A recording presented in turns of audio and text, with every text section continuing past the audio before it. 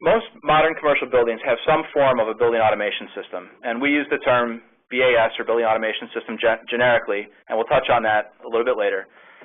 We're not going to try to cover all the reasons why buildings include systems like this.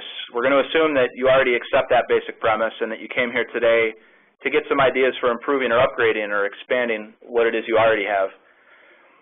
Buildings also have a host of other control systems: lighting controls, fire alarm, elevator controls, AV, security, and on and on. And depending on the building and system requirements, each of these could be very basic or quite complex. So today, Maria and I are going to focus primarily on the BAS system.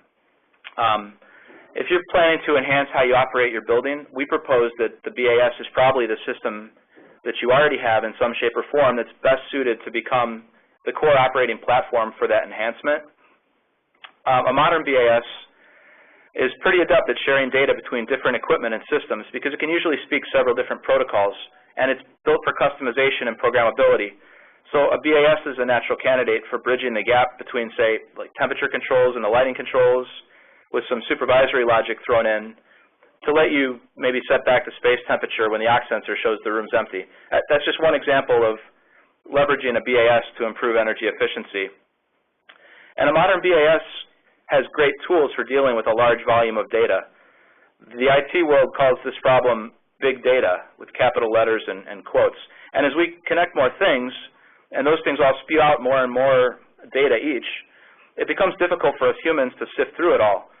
So a modern BAS is hopefully and typically equipped to draw your attention to problem areas and to help you recognize patterns in the data through various visualization tools.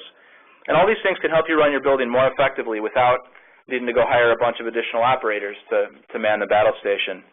And at the end of the day, we do want you to remember that anything you do with your building, it has to support the main purpose of that building. Your building doesn't exist just to be operated efficiently. It exists to keep the tenants happy, or to keep the production process flowing, or to keep the patients healthy or the servers online, whatever the primary purpose is.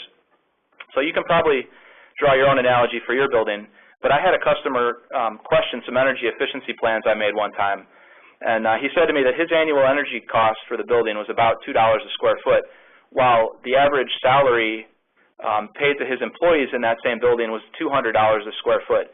So to him, it was much more valuable for him to keep those people working productively by keeping them comfortable and uninterrupted at all times. So we like to keep that in mind.